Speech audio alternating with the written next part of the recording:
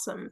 We were really fortunate to have that video made a couple years ago with a group out on the West Coast. So if you've just joined, welcome. This is our webinar looking at summer 2024 and all the programs that Outward Bound Canada has on offer. We want all of you to sign up for a program this summer, and that's why we're here, just getting right to the point. And it's also really important that you make informed decisions and know kind of what you're looking at for the summer. So we're going to talk about our programs, about locations, about what sets Outward Bound apart. And we're going to start with a couple of polls. So, you know, it's 8 o'clock at night on the East Coast. Folks on the West Coast, you're just maybe in a commute or something like that. I'm going to try to make this as engaging as possible. So our spring 2024 info session, first question, you can answer just on the screen there. How did you spend your summers growing up? I know as I was growing up, I spent most of my time at summer camp. It's the most meaningful part of my life. It was really important space for me, and I loved it very much. Laura, how about you? How was your Yeah, summers spent? I was definitely a summer camper as well. I mean, we had a cottage and I spent time with my family out camping, did a lot of camping and visiting family and traveling about, but summer camp was my the place that I sort of felt at home. And that's really where my heart was in the summer times. I couldn't wait to get to camp. Yeah, that's really nice. And let's see, what are some of the results here? Do we get to see that, Sarah? Sarah's our host for the evening. Yep. Just after we finish the next poll, The I'll show next the one, results of both. my bad. That will be the only snafu for the evening. So the second question is, you know, I mentioned East Coast, I mentioned West Coast. I'm sure there's some folks from Atlantic. Where are you right now? If you scroll down, you can give us province that you're at. You can tell us if you're in a different country as well. Yeah. One of the fun things about Outward Bound is that our staff teams are coast to coast. So the admissions team, we have admissions team members that are, you know, in all the different time zones. We have, you know, instructors, we have marketing people all across the country.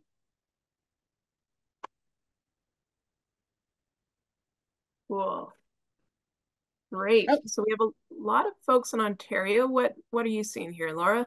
I'm seeing camping, visiting family in the summertime, playing sports, exploring lots of seems camping and visiting family are sort of tied for first place there on what people did in the summertime. It's awesome. And where are we located? Mostly in Ontario, it seems like tonight. Well, that's great. Thank you for being here tonight. It's really great.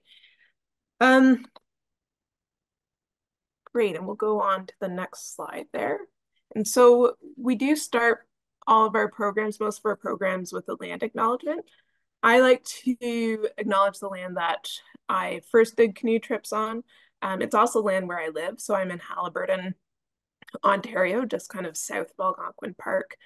And the land, because we are a journeying and expedition program, so our programs are all have a journeying aspect and a travel aspect to them, I like to honor and acknowledge what's called as the land between. And the land between is north of St. Lawrence Lowlands and south of Canadian Shield.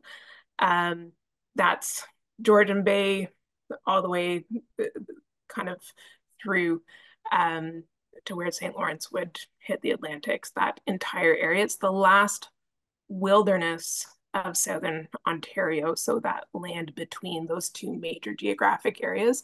And the Anishinaabe people were the first to establish waterways and paddleways and pathways through that area. It was culturally really significant, space for sharing, it was a space for learning, it was a place for hunting, and it was a really, really amazing spot, and it still is now. So thank you for joining us, and thank you if you've read the land acknowledgement on the screen as well. And so what's Outward Bound? I mean, Outward Bound is a charity. We provide high impact outdoor ed programs for youth. Our job is to find ways to help kids access the outdoors and to get outside in a number of different ways. So we create those opportunities for kids to access the outdoors, to grow, to learn about themselves, and to learn about themselves through adventure and fun. We give kids a sense of belonging through like physical engagement and reflection. And these programs are about leadership development. They are about personal growth. And last year in 2023, we served 4,000 students. So post-pandemic year, that was a number that we were really happy about. And it's been a really, kind of challenging time figuring out where kids are at and where families are at and how to support them to access the right programs in this way. We've been in Canada since 1969. We've served over 200,000 students. So we've been doing this in this area for decades. And we go to the next slide. So in 2022, this young man, Mace, participated in a program on the West Coast. And kind of one of the nicest things for us, Laura, this is probably true for you every day of the summer, is we get to read these amazing testimonials about the high impact that we have on kids and the growth opportunity that we're providing. So I'm going to read this out loud. Again, there are some folks who are driving. A counselor at my school told me about all the cool trips that Outward Bound does. When I got it, I was like, oh my God, I'm going on this 21-day sea kayaking and surfing trip. I learned a lot more about myself on the trip, like how far I can push myself. I learned that the limits you think that are there for you, you can go past. Getting out of your comfort zone is so important. Outward Bound doesn't compare to anything else. Yeah. And it's interesting. It's not just, the youth that we serve during the year. And it is lovely to hear all of these,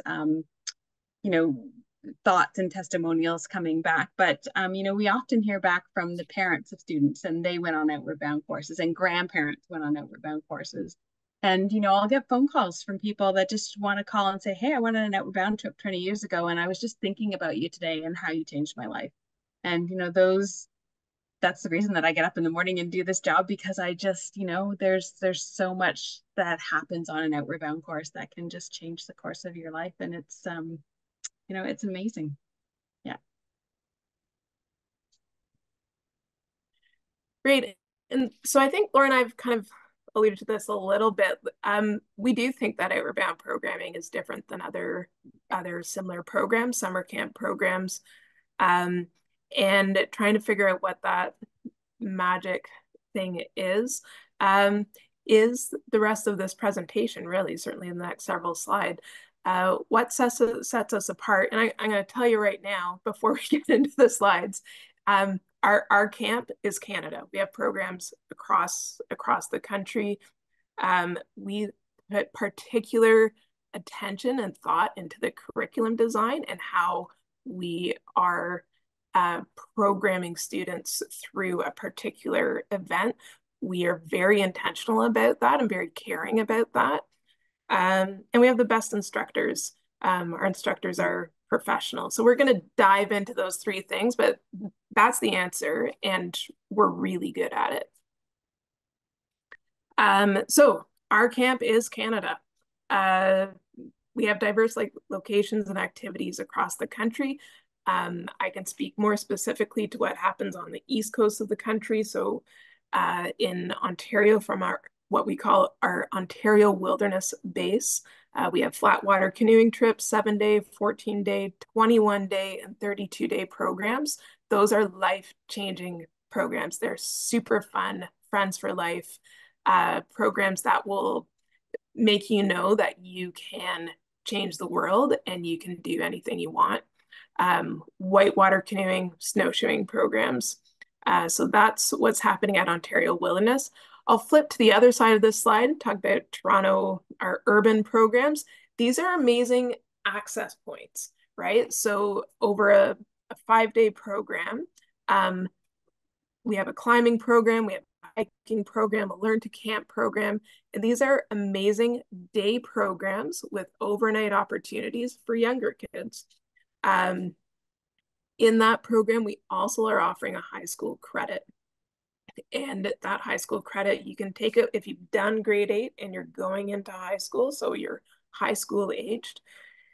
And that's a 3-week, so Monday to Friday, 3 weeks. There's an overnight every week and curriculum focused, journey designed program. On the West Coast, You want to so talk about this one, Jane? Because I've done the West Coast trips and my kids yeah, were on awesome. these ones too, in the Rockies Good and up, West Laura. Coast. Thanks.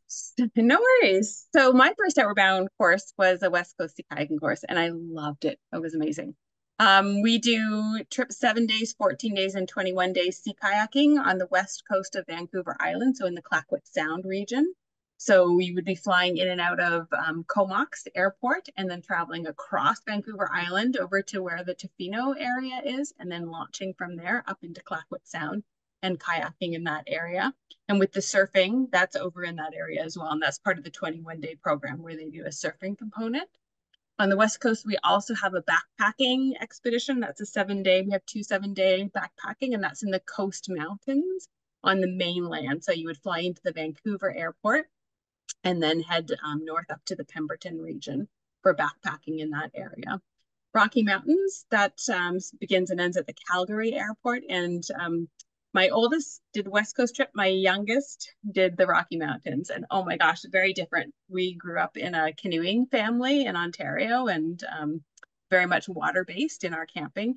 And Rocky Mountains was definitely an amazing challenge. And the photographs that my child came back with from that trip were just fantastic. So that begins and ends at Calgary Airport. And then you head over towards the Canmore area and you'll be backpacking. We have 7 days and 21 days backpacking this year. Again, high school credits on those 2 21-day courses. And then we have a 2-week whitewater canoeing. And my youngest did a half backpacking, half whitewater canoeing. The whitewater canoeing in Alberta is amazing. It's fantastic, beautiful water, just a fantastic area to do that canoeing. So that's a new one this year, is a full 2-week whitewater canoeing in the Rockies.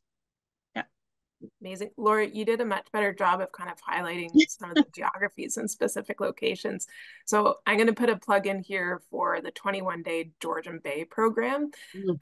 When we were thinking about this program, looking at a bit more of an advanced flat water experience, but in the biggest inland water in the country and the most unique environment, I'm going to say in the world.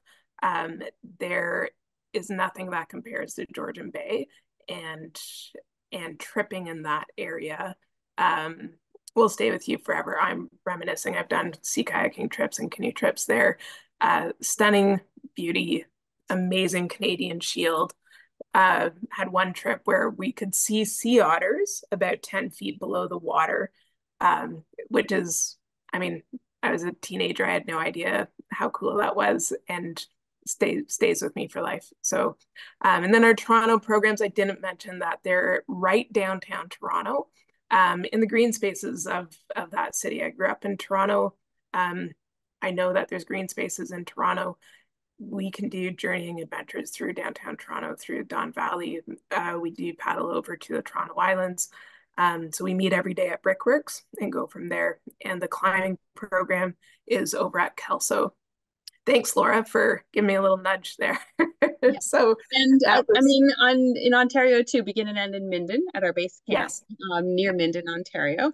And the 32-day program too. I mean, yeah. That's an amazing one with the two different rivers you're paddling on. Yeah, so we're splitting that program up to really emphasize that transfer of skills. So the first program is really going to be instructor-led, all of that, the main components of the program. And actually, if we flip to the next slide, we'll start to get into this a little bit more. What's the main part? What's the final part of the program? What's the kind of transfer of skill and transfer of initiative that we think makes Outward Bound really quite special. And it's very intentional, right? So this is how all of our programs are set up.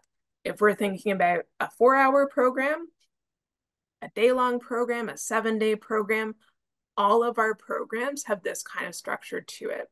There's a group that comes together, they form, they get to know one another. They figure out their norms, and they also figure out how to work together, and that can sometimes have conflict. And guess what? Our kids need to know how to deal with conflict.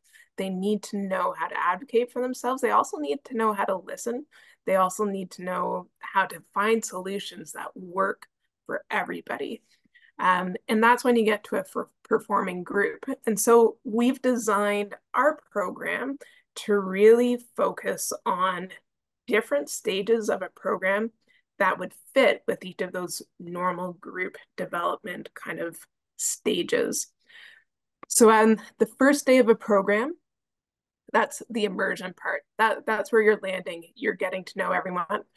And our focus in that first minute, hour is really just being safe, making sure everybody feels safe. They know where food is, they know where water is. We really get very, very quickly into like what is the equipment that you personally brought? What is the equipment that we plan to supplement you with? So whether it's a life jacket or a sleeping bag, we can provide and outfit every student with all of that equipment. You do not need to go down to the shopping center to buy $1,000 worth of gear. We can provide that for you. And so that immersion part is, who is the group? Do we have what we need? How do I go to the bathroom once we leave this campsite? Where is the food? Oh, it's here. This is where we're going to cook. Hey, this guy knows what he's talking about. I feel safe. I can be myself. So that's what happens through the immersion part of the program. And that is the group coming together. When we get into kind of second, third day, fourth day of trip, depending on the length of trip, that's where you get into the skill building part of the program. And that can look like a lot of one-on-one opportunities for skill development. So if there's specific skills, everybody will come with, we assume and build the programs based on everybody's fairly entry level. And the reality is some people come with a huge comfort around water or ability to swim. They've sterned a canoe before. Maybe they have some whitewater experience. Not many folks do. And so that one-on-one instruction is really focused on basic skill acquisition, growth, and improvement. So our instructors are educators, they're teachers, they're going to help pass on those skills. And those skills can be travel-based, they can also be campsite-based, and they can also be socially based. So we'll look at fire building, we'll look at knots and lashing, tarps, tent setup. How do you select a good campsite? What makes a good campsite? Navigation, really important, especially as you move into the final stages of a program.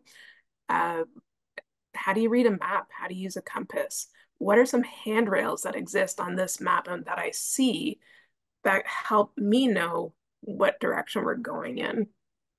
How far are we going today? So using curiosity to kind of ground students in this group in skill acquisition and development. And guess what? When you learn these skills, you feel pretty awesome. You feel enabled. You feel like you can learn more skills. And what this group is going to also learn is that some students have competencies in other areas. And that's where the group also starts to really understand each other. And that's going to be really important when we get into the final stage. But before that, I'm going to pass it to Laura to talk to us about solo. There's generally a lot of questions about solo. Always lots of questions about solo. The other thing just to note too is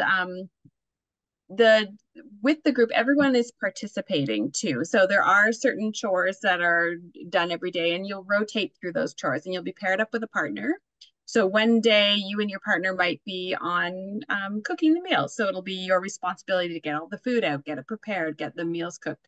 Somebody else might be on gathering firewood or setting up the campsite. you might be leader of the day on that day, and it might be your turn to have the map and compass and be setting the pace for the group, making sure that everybody's not too far ahead, not too far behind. And so you're learning all of those skills through actually doing it and having a chance to take on the leadership role with those particular things. But moving on to solo, this is everybody's favorite question, and I love solo. Solo is my favorite time of an Outward Bound course for sure. It is not every day. It's very unusual, especially in this time, to have time with yourself, free of any distractions. You don't need to do anything. You don't have any homework that needs to be done, chores that need to be done. You don't have any devices with you because you don't have to get back to someone on, your Instagram or, social media. You don't have anything to do. There's not even the sound of the refrigerator humming in the background or, television or your computer. You're there alone with yourself, having time for yourself. And to just take that time and just sit in the stillness of the moment is a fantastic opportunity for people. And we don't get that very often anymore. Solos on Outward Bound courses vary in length. So some courses, especially like the shorter courses, it may be more of a solo sit. So it may be a few hours that you're out on your own.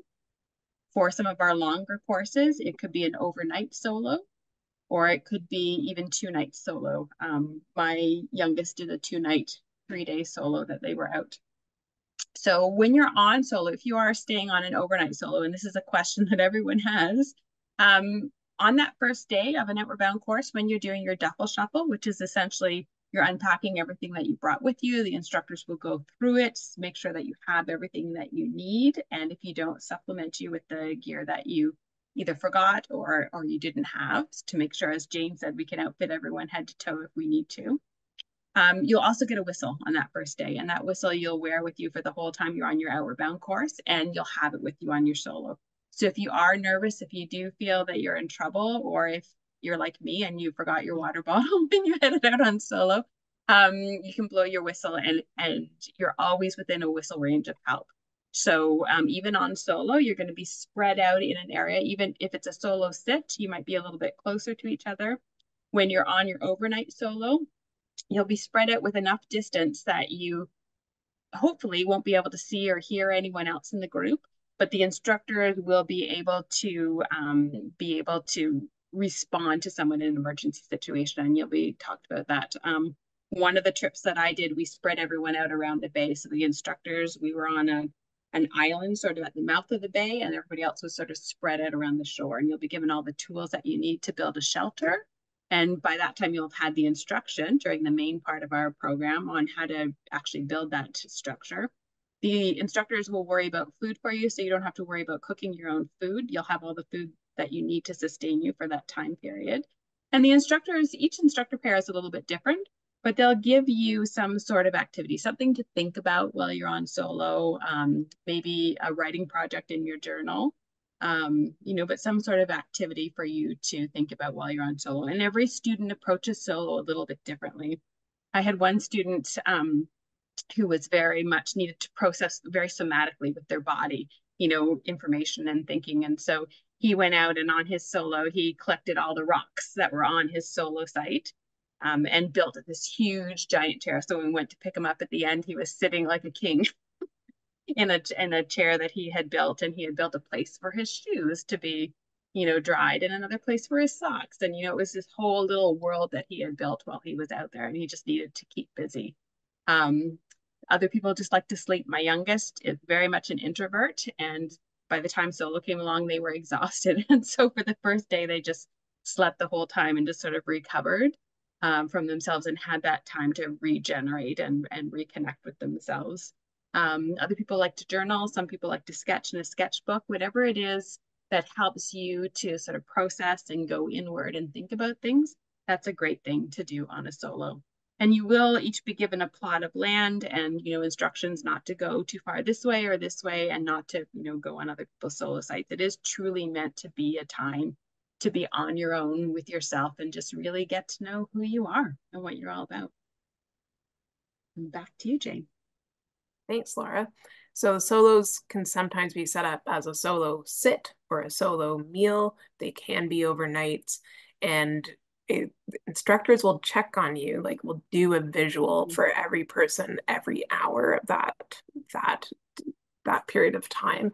So solo and safe is definitely a part of that. And the solo, so where that solo is placed in terms of that whole program structure can either be in two spots. It's always after main. Sometimes it's to start the final.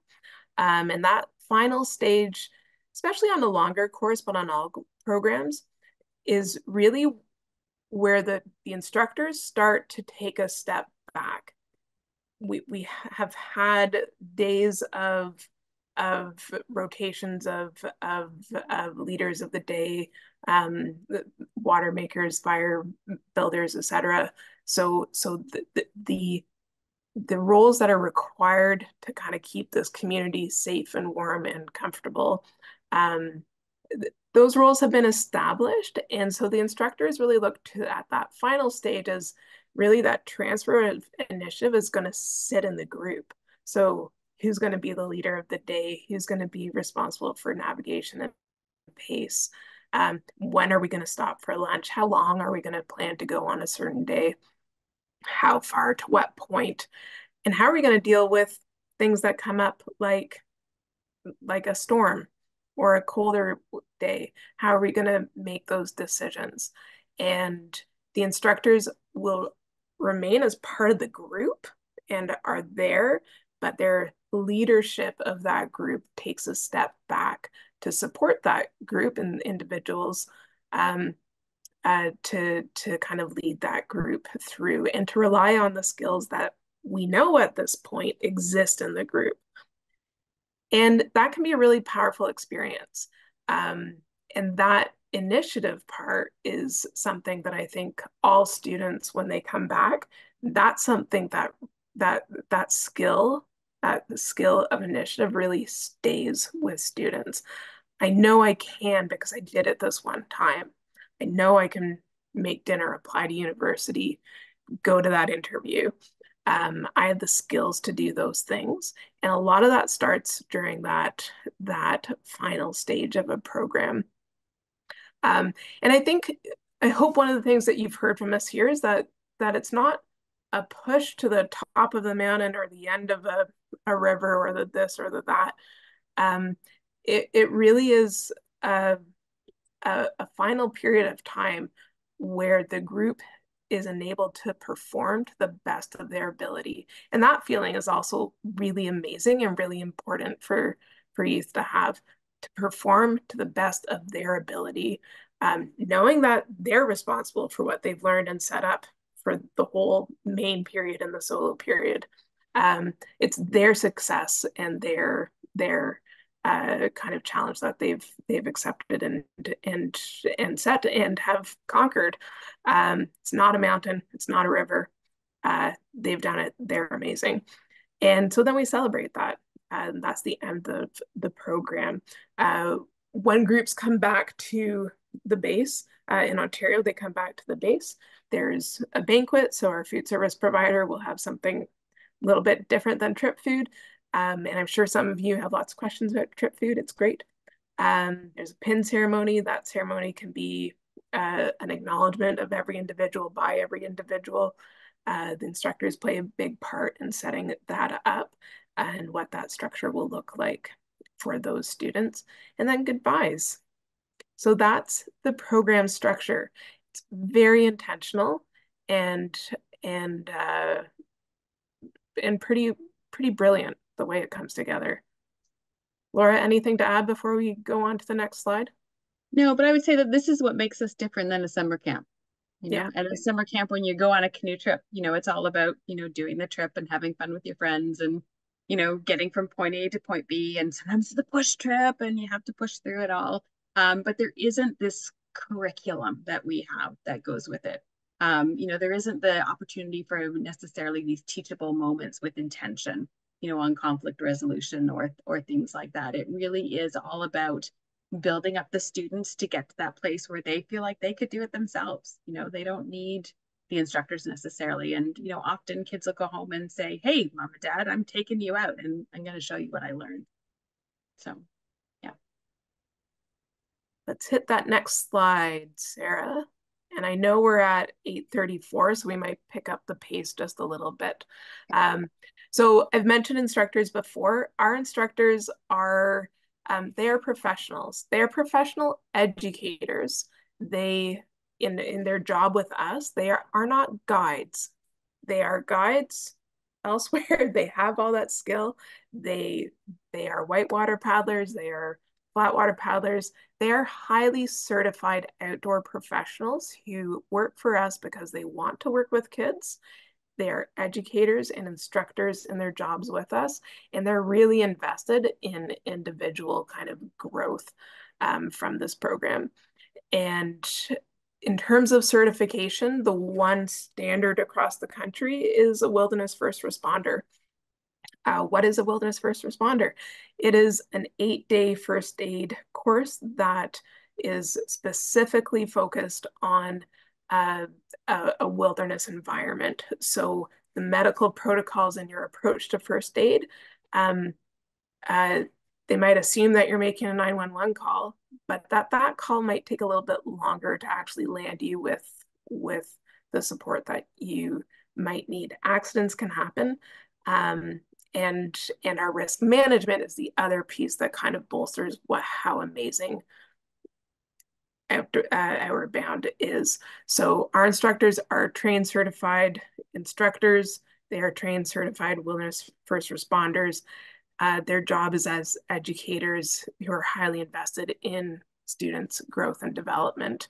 They are great facilitators. They do lots of one-on-one kind of facilitation with students and instruction with students. And they lead every night some form of group reflection as well on what the day was and what the next day will be. And they're super fun, really interesting people who love doing what they do. And they've been doing it for years. So they are not 18-year-olds. They are mid-20s and quite passionate about teaching leadership, teaching social emotional skills, teaching others about the environment. Let's go on to, oh, there's one more thing on this slide, which I think is also, and we don't need to go back. I can just, well, we've got back, we can go back and forth, but our instructors, so our programs, they're set on a 1-to-5 ratio. So that's one instructor for every 5 students. And that's something that really sets us apart. You will not see an Outward Bound program with more than 12 students, 12 participants on it. So you have 10 students and 2 staff. Whereas I know you can go into Algonquin Frost Center and you can see much larger groups heading out on a recreational trip as part of their summer camp program. You will not see an Outward Bound program of more than 12 people, including instructors. And I think that's part of the value of our program as well. So going on to the next slide. And because of their skill, they're really in that ratio, they're really able to set students up to accept challenges and through that to build resiliency. And that's, when our students, when our kids are courageous and when they're physical in their bodies and when they're out on adventure and supported to do more, they know that they can do more. And so they continue to live with that approach to life. When we talk about challenge, we are not talking about, climbing the highest thing and doing something silly. Like we are talking about intentional challenges that support a student to grow. So to reach a little bit further than they thought possible, knowing that they're supported, knowing that they've had great instruction, and knowing that they've had some choice in if this is the right time. So we call that challenge by choice. Our instructors are there to make sure that they get the full value out of their experience with us. So they're going to encourage optimal decision making in that challenge process. And through that, it's a lot of fun as well. I think everybody who's ever conquered something has felt pretty awesome about how that felt. And some people are often concerned. They say, is it like boot camp? Like, are you like pushing people really hard? And it's not like that at all. we're in the business of building people up, not breaking them down. So we're not leaving people crying at the side of the path. We're, encouraging them to, move forward and be the best that they can be. But it is challenge by choice, and it's not boot camp. Great. So I am going to pass the leadership of the next section to Laura. Laura, I'm afraid that or maybe our back and forth kind of took a lot of time. We want to help people get on programs and leave some time for questions. Okay. So let's focus on that. And I am not going to chime in at all in this section. Okay. I'm going to go really fast then, and then you can ask questions. Scholarships and bursaries. We do, as we said, we are a charity, and we do have a scholarship and bursary program. So I always encourage people to apply for it. We never know what funding is coming down the pipes. We often have surprises where suddenly someone will donate a significant amount of money to help us with scholarships and bursaries. So, we certainly have money at the moment, not a lot of money, but enough to start supporting students. So, I encourage you to apply, and we'll talk on the next few slides about some of the opportunities that we do have available now. So, Sarah? Okay, so this one is a scholarship for youth of veterans. So children of veterans, military veterans, or either active or retired. They can be actively in the military. We have a little bit of money left. We've used a lot of this money for students already, but there is a little bit left if you are a youth of an active or a veteran of the Canadian Armed Forces. You can apply for a scholarship with our Brett Wilson Scholarship Fund. Next one. The Maddie Project. So you can go online and look at the Maddie Project. There is a link to it on our website. We have 2 courses called Connecting with Courage that are sponsored by the Maddie Project. And Connecting with Courage is for youth between the ages of 14 and 16 who are struggling a little bit with self-esteem, self-confidence, that transition into high school.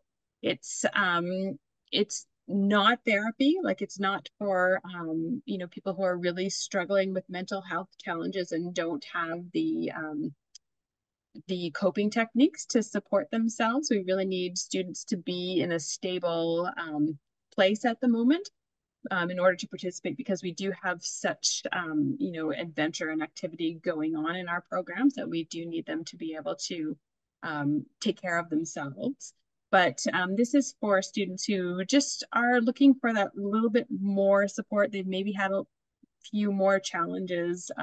They may have had some significant challenges and are coming out of that, and are looking for ways to support them. So it's not therapy. Again, we have our instructors are outdoor educators. They're not therapists, but you can read a bit more about that on our website if you want. And that is a fully funded. We have 2 programs going out, one on the West Coast, 7-day sea kayaking, and one in Ontario, which is a 7-day canoe program with the Maddie Project.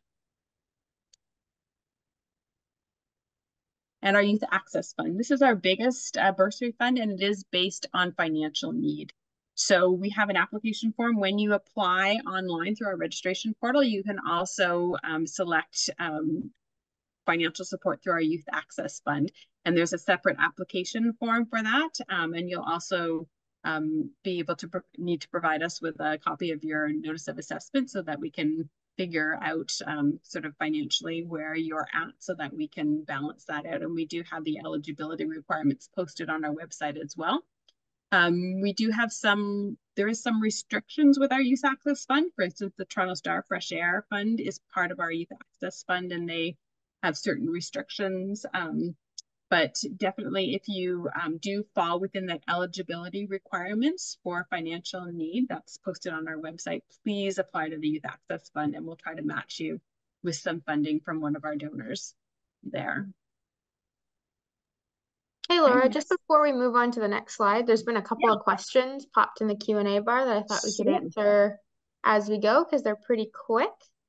The first one is, what's the maximum age?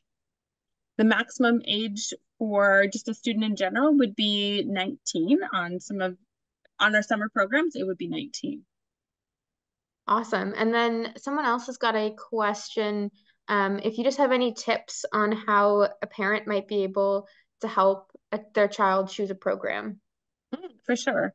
It's really the child. So if I was working with my child, which I have had two of my kids going on, it's really you would look at a couple of things. One is their interest. Are they interested in something water-based, land-based? Are they interested in sea kayaking? Are they interested in seeing, a different part of the country? Because we do work coast to coast. And then sort of balanced with transportation. So depending on what your financial availability is, if you can fly your student, for instance, if you're in Ontario, out to BC and take a look there. But I would start with their interest and what perks them. Take a look on our YouTube channel. We have lots of clips of all of our different kinds of programs. And I would start there by having them check out some of our programs, see what really appeals to them. Is it the sea kayaking and surfing? Is it the, whitewater canoeing in Ontario? Is it backpacking in the Rocky Mountains? They're all very different. And visually, I think it's a good place to start because you really get to see, how big the packs are, what the kayaks look like, what a whitewater course looks like. And I would start there. And then you can call me if you have questions. I was just about to say, probably talking to Laura is like the best thing to do as well. Once you've gone from about this wide down to this wide, contact Laura through our admissions team and she'll help you out. Yeah, love to.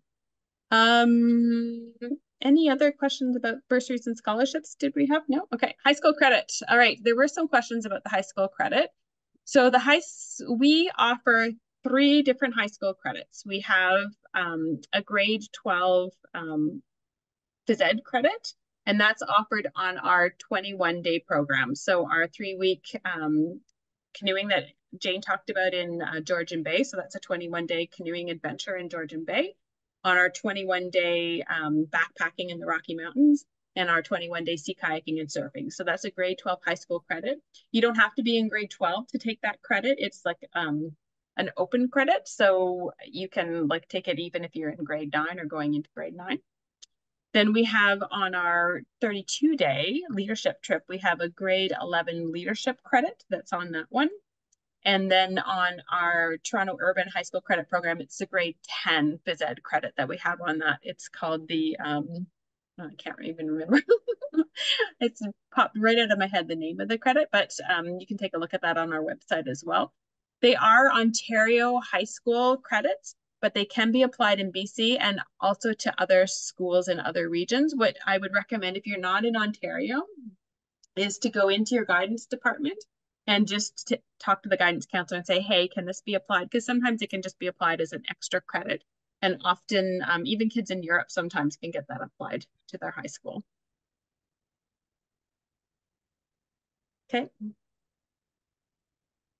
And then after OBC, oh my gosh. So as I was saying at the beginning, it can be an impact. And sometimes what we call your outward bound moment doesn't hit until, sometimes days, weeks, years after you've completed your outward bound course. It's definitely an adventure. One of the things that I love so much about Outward Bound is that going on a course is, I don't know the right word to use, but it's an experience where you have all these individual people coming from all different places, and it doesn't matter, what your parents are doing or what school you're going to, or, where you bought all your gear that you're bringing with you. Once you arrive at an Outward Bound course, everyone is equal footing. You're all there together to support each other, and you're depending on each other to make it through this journey together and to live together and to grow together and to learn together. And so when you've completed your Outward Bound course, you have oftentimes developed lifelong friendships. We have many groups of people who are well into adulthood now who still get together with their Outward Bound friends and go on canoe trips together. I love going to alumni events where you can see someone who's participated on an Outward Bound course and they're now maybe the CEO of a company, or we have one of the dragons for the Dragon's Den was an Outward Bound alumni. And, they're sitting at a table with, one of our youth that have maybe come through our scholarship and bursary program.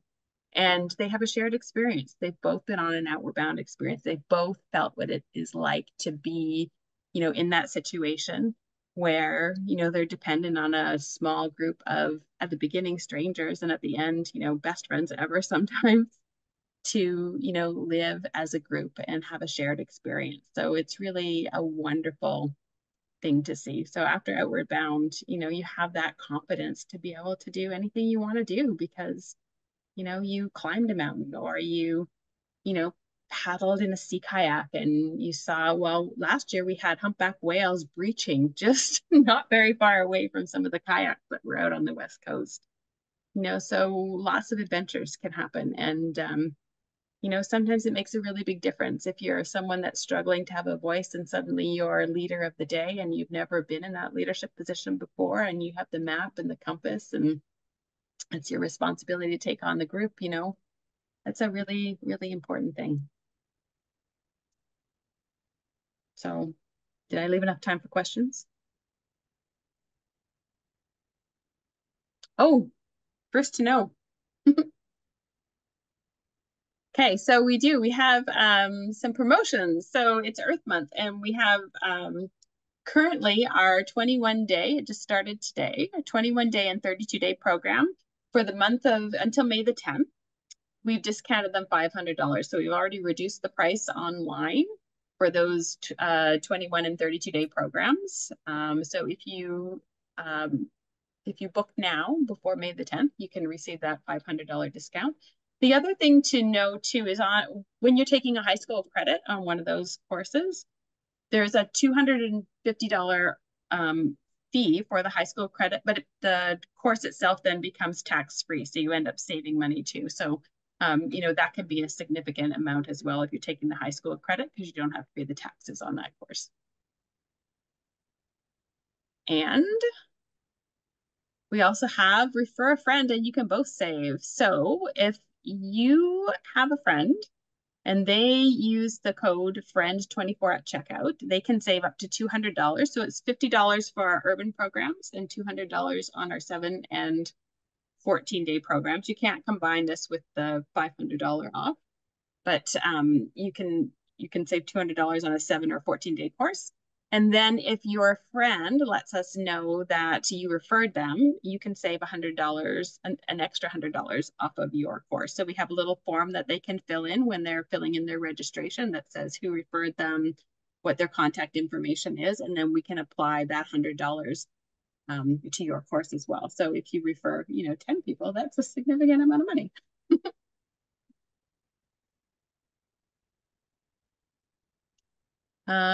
Questions? So we do have some questions that have come in the chat during this session.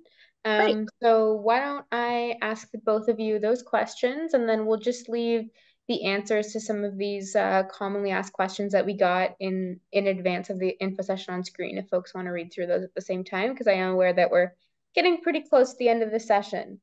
We've got a question in the chat here. Laura, you're probably best posed to answer this. Okay. They'd like to know if you could comment on some ideas or successes that some students have had with doing their own fundraising to help pay for their program. Yeah, so I have had some, and gosh, we have on our website, and you can email me and I can send you a copy of this. So we actually have a fundraising toolkit that we can send out that has lots of different ideas on different things you could do to raise money for your course. If anything from going to your local Lions Club or Rotary Club, or YMCA, sometimes they have scholarships that people don't even know about to do sorts of things.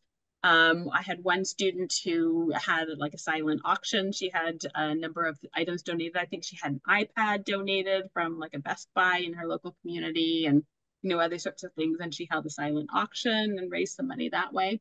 So our toolkit is the best way to do that. It's online on our website, or you can send an email to admissions@outwardbound.ca and we can send you a copy of that. Awesome. We've got another question here. Do students gain volunteer hours on our programs? Yeah, so service is a really big part of our programs. Lately, that has looked like citizen science type projects, whether that's measuring width of old growth trees in Temagami or loons on backcountry lakes. So we'll set up those projects in advance. Some projects are more physical, like actually repairing portages or whatnot, and we are happy to sign off on hours equitable to the amount of work that a student spent specifically on service. So yes is the answer to that. Great. Just a reminder, folks, if you do have any questions that are popping into your mind, feel free to add them into the Q&A box or the chat function at the bottom of your screen. We've got another one here. Someone asking around how decisions are made around who will be awarded the Maddie Project bursaries. So what does that process look like? Laura, could you speak to that? That's a great question. So we do have an application form that we're just finalizing right now that will be sent out to everybody that has applied for our Connecting with Courage. And it'll go through and it'll ask a number of questions. We are going to ask for like a letter of reference as well from someone, like maybe a teacher or somebody, just to talk about the impact that this might have on this particular student that's applying. And we do go through very carefully and really try to match the students with the intention of the donor, and what the Maddie Project is all about. So it's,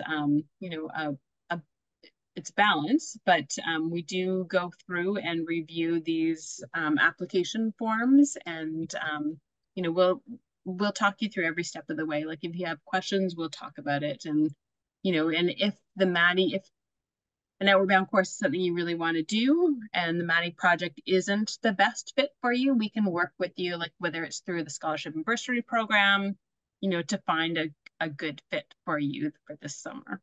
And maybe it's a fit for next summer too. It really just depends. But feel free to chat with me, and we can talk about that. I don't know if that answered your question. I can't speak for them, but hopefully, hopefully it did. But call me. We've got another question in the chat. Would Outward Bound be applicable for Duke of Edinburgh? Jane, wow, I'm sure you could both speak to that, but Jane, do you want to take that? I'm going to jump on it. We can. So the adventurous journey component of a Duke of Ed award, our programs definitely hit that mark. So this is a yes. So whether that's a bronze, silver, or gold, our programs would meet the requirements for the adventurous journey part of the Duke of Ed award. Great. We're getting close to the end here, folks. So if you do have any last minute questions, please type quickly in the chat. In the meantime, I'll just add a question that we got ahead of time from someone who registered for the session. They have a few questions here. The first is, for teen participants, are they involved in the decision making for selecting meals, canoeing partners, tent setup locations, etc.? Yeah, they are. And Laura, I kind of see a twinkle in your eye about that question. Do you want to jump in? But I mean, our whole approach to education is around engagement and ensuring that everybody has a voice, everybody participates, and feels safe in doing that, and that will look different for every student on the program. Laura, how would you answer that question? Yeah. For sure, we're all about having a part of the decision making. That's what Outward Bound is all about. But also being aware that you can't just buddy up with the same person all the time. Like we say, no exclusive relationships. So if you really like someone, that's great, but you're not going to be paired with them all the time. So they're not always going to be your canoeing or your tent partner. We will be rotating it up so everybody gets a chance to interact with everybody else as well. And I think when it comes to food, there will also be some meals that might be higher calorie density that you might want to save for the end of a push day. And if a decision is made by the group to eat that meal earlier, on a rest day, then there's something that that group learns as well, right? So during that main part of the program, our instructors really do a lot of teaching around decision making and the impact of those decisions, and how to make decisions that really are inclusive of everybody on the trip. And remember, this is all in the context of 10, like maximum 10 students, right? So we're not talking about a voice in a group of 30 or a voice in a group of 18. This is, a group of 10 students who are all visible and have a space on this program. Awesome. I think we have time for one last quick question here. Again, it's one of the questions that came in ahead of time. Just wanting to know what our policy is on mobile phone use. Is there any means of communication with family and friends while you're actually on the expedition? So we do not bring phones on our expeditions. A few caveats on that. If a student needs that device for a communication purpose, so to accommodate a specific need, yeah, through admissions and through that registration portion of this, we will figure out how we can accommodate that reasonably. And our teams are also in touch with our base via satellite phone. So we have 2 devices, so there's a redundancy in that system, and that's for emergency purposes. So if I'm support at base, I expect to hear from groups in the field by 9 in the morning and again by 9 at night. And at lunch, they turn on their devices in case you have a message that you need to get to that individual. So we are in touch with the groups, but we are not speaking with the groups. And there's no individual cell phones generally permitted except for accommodated purposes and reasons. Awesome. Well, thank you for answering those questions. I'll turn it back over to the both of you to wrap things up. Thanks for coming. I said at one point, sounds like a lot of hearing our own voices. So glad to see that there's still several of you left. Laura and I are really passionate about what we do and really want to see all of your kids on a program this summer. So those what are they? The $500 off. Those are open right now. So if you're interested, then please take advantage of those discounts kind of as soon as you can. It would be really great. Take a look at the website. Laura, you can get the final words. Yeah, thank you for coming. It is first come, first serve too with places. So yeah. we often will be building waiting lists as well. So at the moment, we still have spaces on all of our summer courses, not a lot of spaces. So if you do want to take advantage of that discount, I would recommend registering sooner rather than later. And super glad to have you all here. And if you have any questions, please feel free to email or call admissions@outwardbound.ca or give me a call myself. All right. Thanks, everybody.